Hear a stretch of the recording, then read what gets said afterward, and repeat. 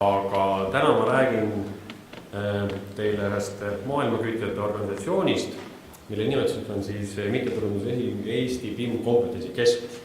Aastad tagasi peaaegu käisin siin, rääkisin, mida plaaniks teha. Nüüd on aasta möödas, põgusa tagasivaate teen, et mis siis sai tehtud ja kuhu poole võiks edasi liikuda. Eelmisest aastast tekitasin sellise väikse lehtri, minu nägemus, mis võiks olla üldse BIM kompetents või kompetents.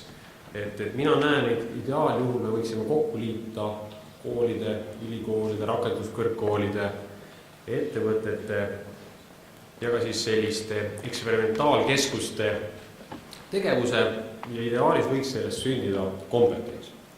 Nii et eelmine aasta selline mõte sai välja käidud, sellel aastal mõtted ei ole muutud, ma arvan, et see on see eesmärk, mille poole püüdleks. 2010 konkreetsetest asjadest oli meil plaan, kuna me juba teadsime, olime kokku puutunud natukene paari ettevõttega, et mida võtaks aluseks, mille põhjalt üritaks nüüd toimetada ja siin majasiseselt omi tegevusiga sättida. Nii palju ma võib-olla pean veel ütlema, et ennekõike, kui me räägime materiaalsest baasist või ka füüsilisest katusest, siis selles majas mittetulundusühing pesitseb ja aastaga oleme siia ka endale suutnud väikese sellise laborikeskkonna luua, tõesti väga väikese, aga selle eest päris viljaka. Nii et siis see on see loogiline seos, kuidas me siin majas pesitseme või miks mina siin sellest kõigest räägin. Ja võib-olla veel ka see, et miks siis üldse peaks olema üks MTÜ. Minul ausalt öelda kõik võimalikud vormingud, grupeeringud, rühmitused väga ei meeldi, aga et see oli üks oluline eeldus, et me tahaksime hakata ühel hetkel rahvusvahelistes organisatsioonides kaasa rääkima või siis ka sealt tarkust meile siia lähemale tooma. Et seetõttu siis MTÜ kui selline sai loodud ja selle aasta algusest on ta ka ametlikult tõesti olemas. Aga et siis eelmine aasta sai plaani võetud, et teeks selliseid lihtsamaid arhitektuurseid mudeleid ja tegeleksime intensiivselt siis kompetentsi kogumisega. Et kompetentsikeskus minu mõistes tähendab ainult seda, et keegi jalutab uksest sisse, läheb välja ja on tark valmis. Minu mõistes võiks olla see ka midagi sellist, kus kompetents tuleb uksest sisse, jääb ka midagi ruumi ja välja minnes siis ideaaljuhul, kes välja jalutab, jättis meile midagi ja sai ka ise targemaks. Nii et see võiks olla see kompetentsikeskuse olemus kui selline. Aga et siis eelmisest aastast veel kord oli siis Easy Home'i pilootprojekt meil plaanis ühe väiksema maja näitel.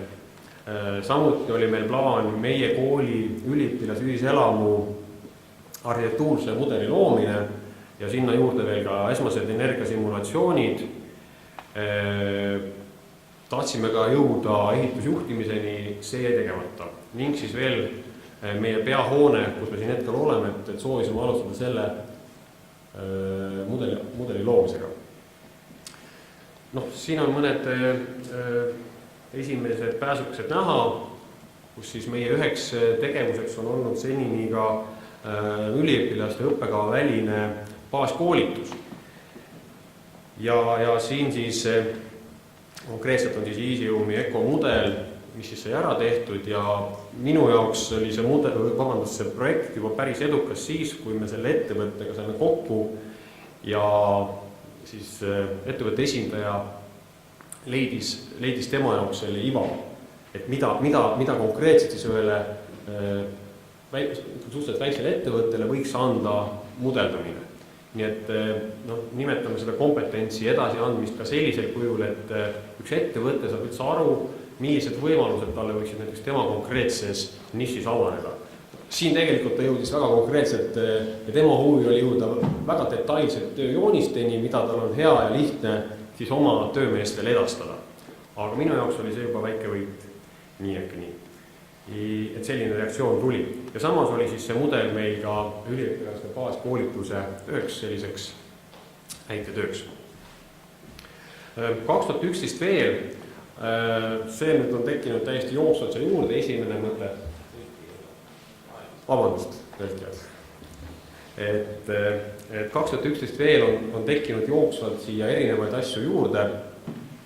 Ja üks neist on siin esimesena nimetatud Tehnikakõrgkooli projekt, mis on mõeldud ennekõike gümnaasiumi õpilastele inseneri erialade tutvustamiseks. Ja seal on ka meie väiksest rühmitusest Siim Saidla tõsiselt teinud tööd, just nimelt selle läbi mudeldamise gümnaasiumi õpilastele lähenemiseks, ma ütleksin niimoodi. Et ärge võtke seda kuidagi kummalisel moel, aga et muuta insenerialasid atraktiivsemaks, ma näen selles väga head tööriista. Sisu siin väga palju taga ei ole, aga sellegi poolest. Lisaks meil valmis eelmisest aastast siis 5 lõputööd, mille aluseks oli siis ühiselamu ja kasutusel olid meil siis siin autoteski tarkvarad ning lisaks oli ka energiasimulatsioonide koostamiseks IDA-IS 4.0 ja siis eelarvestamise poole peal oli meil kasutusel Vico tarkvara. Mõned värvilised pildid. Väga hea tähelepaneku tegi mulle üks kaasvõitleja Siim, et siin ei ole tegemist sellise klassikalise renderdamisega, mida tunneb inseneriteadus juba võib-olla viimased 15 ütleme inseneri valdkonnad juba viimased 15 aastat, et siin on tegemist ikkagi infomudelitega ja siin siis arhitektuurne mudel ja ka juba esmane energiasimulatsioon. Ja samuti siis katsetus Vico programmist. Nii palju peab ütlema, et selle nimetaksin ikkagi projektiks. Selle projekti käigus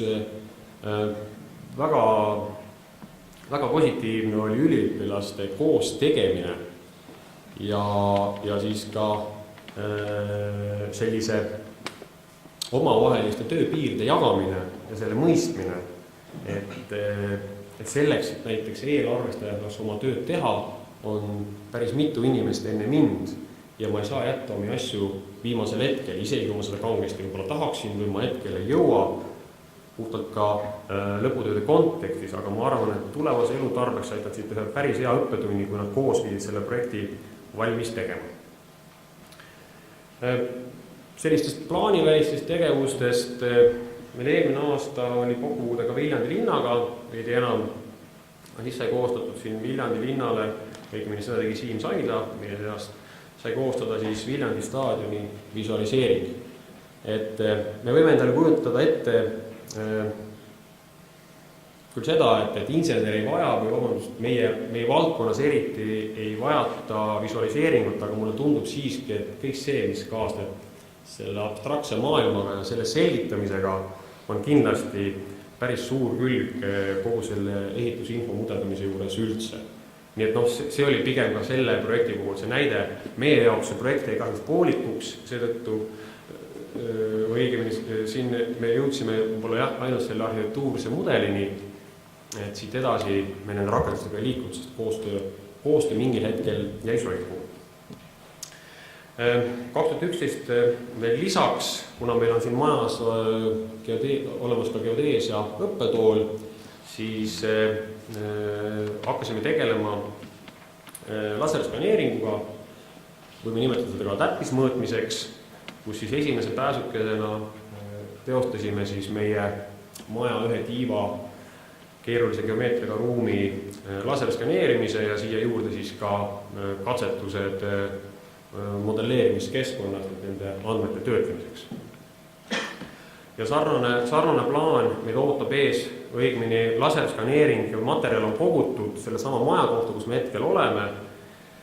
Siin keskmises tiivas ka meie asume hetkel, et siin me nüüd realiseerime 2010 püsti pandud eesmärki, et me tahaksime mudeldada selle hoone, kus me praegu asume, aga ühel hetkel me jõudsime sellesse kohta, kus meil puudus ikkagi selge ja täpne arusaam selle hoone välisgeomeetriast. Me oleme kõik ainult pildi pealt, meil on kõik võimalik eskiise sellest majast, aga siis otsustasime sellise täpse mõõtmisega selle majaga väljapoolt sisse mõõta ja lisaks on siin siis ka rakendatud selliste, ma nüüd termini on neile võlgu, vabandust.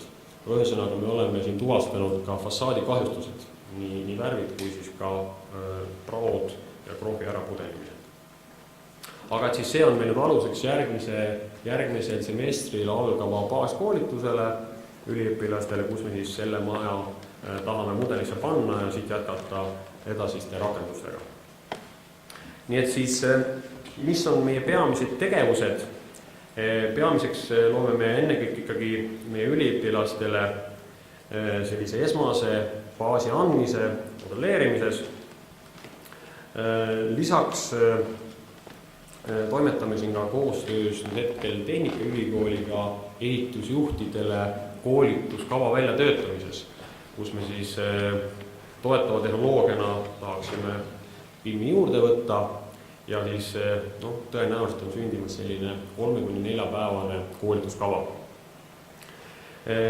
Ning lisaks lööme kaasa ka õppekavade arendamise protsessis. Et siin lähipäevil on meil kokkusaamine ka siin meie majas arhitektuuriteaduskonnaga, et meil on siin väga hea võimalus tegelikult ka ehitusinseneride ja arhitektide koostöö arendamisel ja ma näen väga head võimalust just nimelt sellise toetava tehnoloogiana ehitusinfo modelleerimise juurde toomist.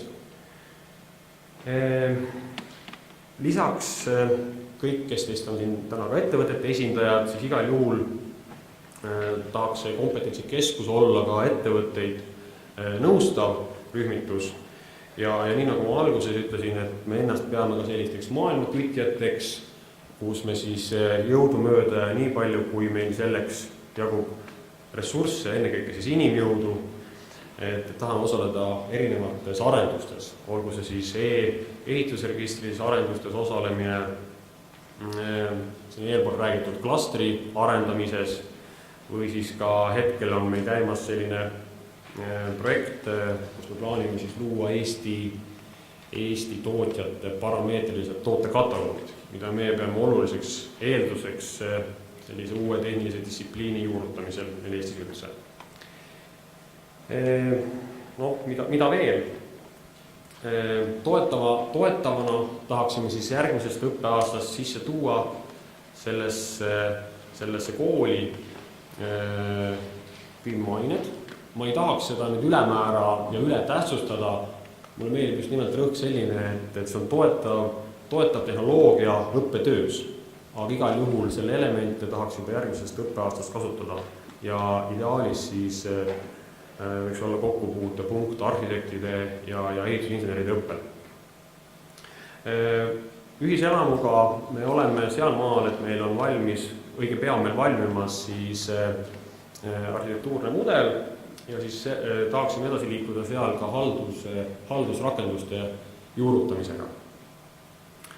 Nii parameetrilisest tootekatalogist ma teile juba rääkisin, et selle loomisega tahaks järgmine aasta kindlasti rohkem tegeleda ning lisaks siis ka huviliste koondamine sellisesse vanasse heasse keskkonda, mis on Eestis olemas, nimetus on sellel CAD Foorum, on täpne aadress, et me täna tunnistame, et meil haldussuutlikkust jääb puudu, et meil puudub siis üks naisterahvas või meesterahvas, kes kogub inimeste nimed ja numbrid kokku, aga et kasutaksime selliseid tänapäevaseid meediumeid selleks, et kohtuksid asjahuvilised ja sealt edasi juba oleksid ka erinevad vahetud kohtumised. Maailma kütmise juures on siis ka veel kord toodud erinevad arendustööd ja osalemine siis suuremates ühendustes, nagu näiteks on ka Building Smart, et siin lähipäevil üks meie esindaja on siin Soome minemas ja seal siis kontakte nüüd ühtepidi soendamas ja siis ka kindlamalt loomas meie jaoks. Et siis see on meie jaoks väga oluline kanal, kus me näeme, et info meieni siia jõuaks. Ja siis veel kord tugi ettevõtetele, ehk siis, et kellel on huvi, et saaksid siin majas meie väikses laboris katsetada erinevaid programme, mis meil on olemas, loodetavasti on olemas need programmid, mida te soovite katsetada. annaksime nõu ja vajadusel, kui tarvis, siis saaksime leppida kokku ka näiteks erinevaid koolitusi. Nii, selline kiire ja natuke võib-olla tõlke koorma ettekanne minu poolt, aga hetkel mina sellega lõpetan. Et kui teil on küsimusi, kommentaare, kuulan neid hea meelega. Palun, kas soovib keegi midagi küsida? Päev on pikk, küsimusi ei ole. Sõna on enda Marul.